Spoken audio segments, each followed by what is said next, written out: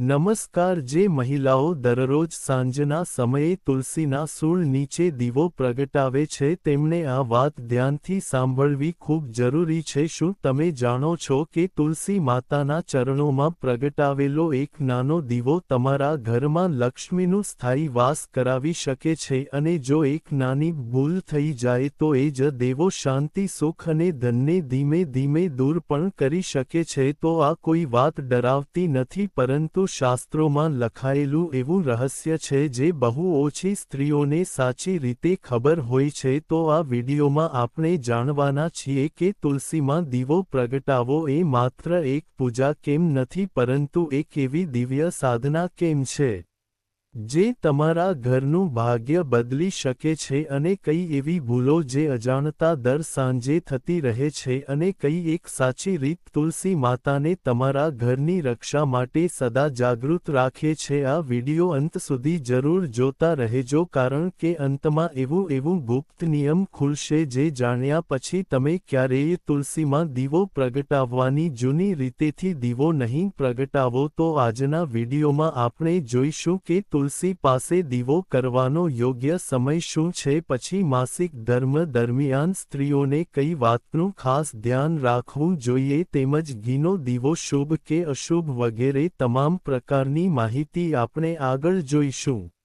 ઘણી સ્ત્રીઓ ભક્તિભાવથી દીવો પ્રગટાવે છે પરંતુ તેમને ખબર નથી હોતી કે દીવો પ્રગટાવતી વખતે મનની સ્થિતિ શરીરની શુદ્ધતા અને આસપાસનું વાતાવરણ પણ એટલું જ મહત્વનું હોય છે। શાસ્ત્રો મુજબ ગુસ્સામાં અશાંતિમાં અથવા તો અપવિત્ર મનથી તુલસી સામે દેવો પ્રગટાવવો યોગ્ય માનવામાં આવતું નથી। એ સમયે દેવો પ્રગટે છે પરંતુ તેનું તેજ પુણ્ય ન આપીને ઉલટું ઘરમાં કલેશ ઝઘડા રોગ અને આર્થિક મુસીબતોનું આમંત્રણ આપી શકે છે। ગરુડ પુરાણમાં જીવન સાથે જોડાયેલી એવી ઘણી સૂક્ષ્મ વાતો સમજાવવામાં આવી છે જે આપણે સામાન્ય રીતે અવગણી દઈએ છીએ પરંતુ એ જ વાતો આપણા સુખ કે દુઃખનો માર્ગ નક્કી કરતી હોય છે। ખાસ કરીને સાંજના સમયે તુલસી માતા પાસે કે સામે દીવો પ્રગટાવવો એ માત્ર પરંપરા નથી, એ એક ઊંડો આધ્યાત્મિક નિયમ છે જે ઘરની ઊર્જાને સીધી અસર કરે છે। જે ઘરમાં તુલસી સુકાઈ જાય છે અથવા તો અવગણના પામે છે ત્યાં ધીમે ધીમે બરકત પણ ઘટવા લાગે છે।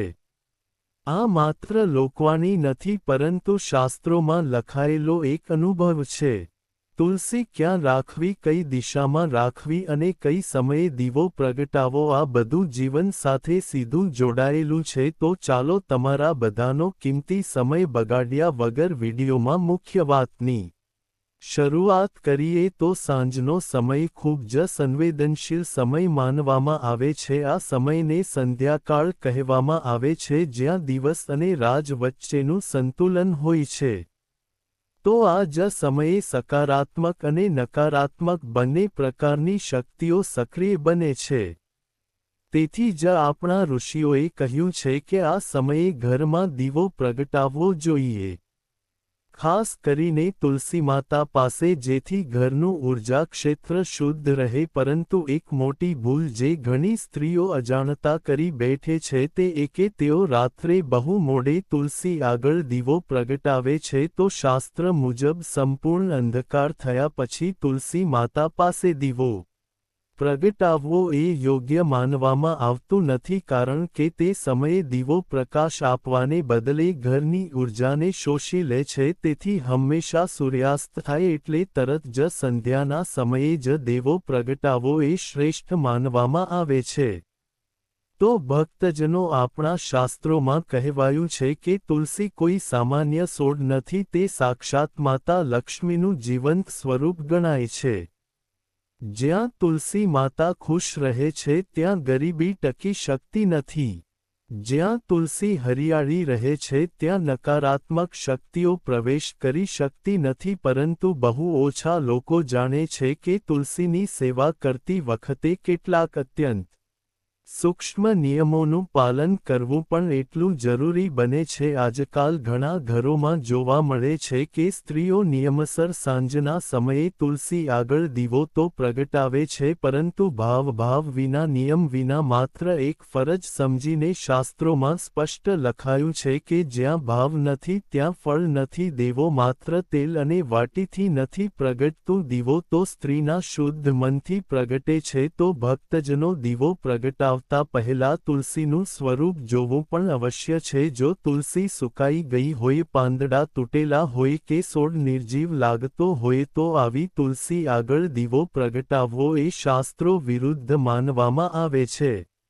કારણ કે ખંડિત તુલસી આગળ કરેલી પૂજા ખંડિત ફળ આપે છે. આવી સ્થિતિમાં પહેલા તુલસીની સેવા કરો, તેને પાણી આપો, સાફ રાખો, પછી જ દીવો પ્રગટાવો. હવે આગળ દીવાના પ્રકાર પણ વિશેષ ધ્યાન આપવું જરૂરી છે. શ્રેષ્ઠ તો શુદ્ધ ઘીનો દીવો ગણાય છે. ઘીનો દીવો જીવનમાં શુદ્ધતા લાવે છે અને ઘરમાં અખંડ લક્ષ્મી વાસ કરાવે છે. જો ઘી ઉપલબ્ધ ન હોય તો તલના તેલનો દીવો પણ ચલાવે છે, પરંતુ રિફાઇન્ડ તેલ અથવા રસોઈમાં વપરાતું કેમિકલ યુક્ત તેલ વાપરવું શાસ્ત્રોમાં નિષેધ માનવામાં આવ્યું છે. એટલે આમ ન કરવું. દીવો હંમેશા માટીના અથવા તો પિત્તળના દીવામાં જ પ્રગટાવવો જોઈએ. વાટી તેની લાંબી અને સફેદ કપાસની હોવી જોઈએ. વાટી પૂરી રીતે બળી જાય તો તેને ખૂબ શુભ સંકેત માનવામાં આવે છે. દીવો પ્રગટાવતી વખતે તમારો ચહેરો હંમેશા પૂર્વ અથવા તો ઉત્તર દિશામાં હોવો જોઈએ. આ દિશાઓ તુલસી માતા માટે અત્યંત શુભ ગણાય છે. તો આ દિશા છે કે ચહેરો હંમેશા પૂર્વ અથવા તો ઉત્તર દિશામાં રાખવું. સ્ત્રીઓએ ખાસ ધ્યાન રાખવું કે માસિક ધર્મ દરમિયાન તુલસી માતાને સ્પર્શ આ સમય શરીરની સ્વાભાવિક શુદ્ધિકરણ પ્રક્રિયાનો હોય છે. આ સમયમાં માત્ર દૂરથી મનમાં શ્રદ્ધા રાખવી એ શ્રેષ્ઠ માનવામાં આવે છે. ભક્તજનો તુલસીના પાંદડા સાંજ પછી ક્યારેય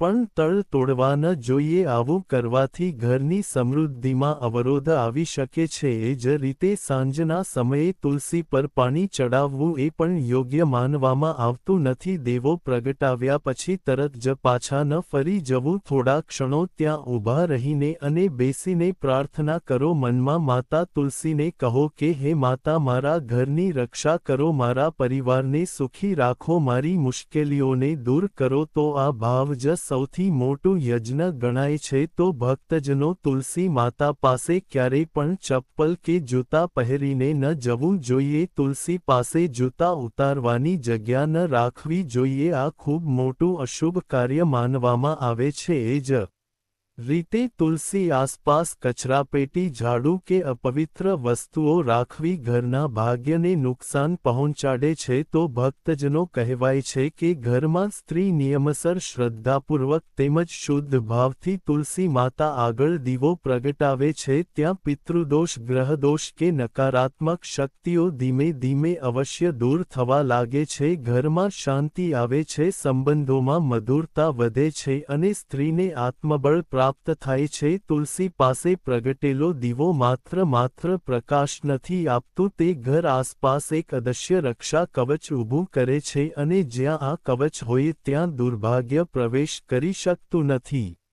તો દોસ્તો, હવે અંતમાં એક વાત હૃદયથી સમજજો કે તુલસી માતા આગળ પ્રગટાવેલો દીવો માત્ર એક ધાર્મિક ક્રિયા નથી. તે સ્ત્રીના મનની શક્તિ, તેની પ્રાર્થના અને તેના પરિવાર માટેની નિષ્ઠાનું પ્રતીક છે. જ્યારે એક સ્ત્રી સંધ્યાકાળે તુલસી માતા આગળ દીવો પ્રગટાવે છે ત્યારે તે માત્ર પ્રકાશ નથી કરતી, પરંતુ પોતાના ઘરના દરેક ખૂણે આશા, શાંતિ અને સુરક્ષાનો સંદેશ ફેલાવે છે.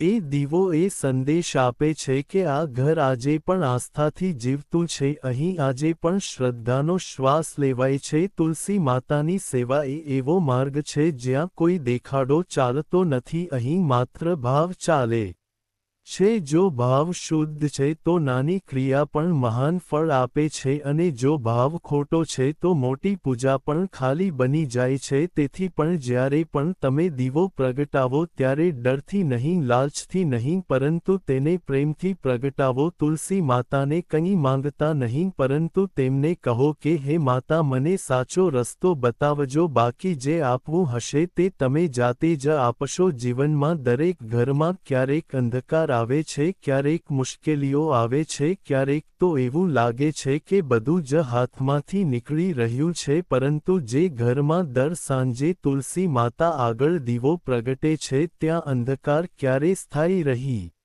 શકતો નથી। એ દેવો ધીમે ધીમે ભયને ઉગાડી દે છે, મનને શાંત કરે છે અને ઘરને ફરીથી જીવંત બનાવે છે। તો યાદ રાખજો, તુલસી માતા બોલતી નથી પરંતુ બધું સાંભળે છે। તમે શબ્દોમાં ન કહો તો પણ તમારા મનની સ્થિતિ તેઓ સમજી લેશે। તેથી જો જીવનમાં ક્યારે પણ બહુ થાકી જાવ, કોઈ સમજી ન શકે એવું લાગે, તો એક દિવસ બસ શાંતિથી તુલસી પાસે બેસીને દેવો પ્રગટાવી દેજો। કોઈ મોટી પ્રાર્થના કરવાની જરૂર નથી, માત્ર એટલું જ કહી દેજો, હે માતા, હવે તું સંભાળી લેજે। એટલું કહ્યા પછી જે શાંતિ મનમાં ઉતરે છે એ જ તુલસી માતાનો આશીર્વાદ છે। તો ભક્તજનો, આ માહિતી કોઈ દાવો નથી, કોઈ ચમત્કારની ખાતરી નથી, પરંતુ શતાબ્દીઓથી ચાલતી આવી શ્રદ્ધાનો અનુભવ છે। આ બધું તમારી આસ્થા પર નિર્ભર છે। જો આ વાત તમારા હૃદયને સ્પર્શી હોય તો તેને જીવનમાં અવશ્ય ઉતારજો, દેખાડા માટે નહીં પરંતુ આત્મશાંતિ માટે। આશા છે કે આ વિડીયોમાં આપેલી વાતો તમારા મનને સ્પર્શી જશે અને તુલસી માતાની સેવા પ્રત્યે તમારું જોડાણ વધુ ગાઢ બન્યું હશે। જો આ ભક્તિભરી માહિતી તમને ઉપયોગી લાગી હોય તો મનથી જય માતા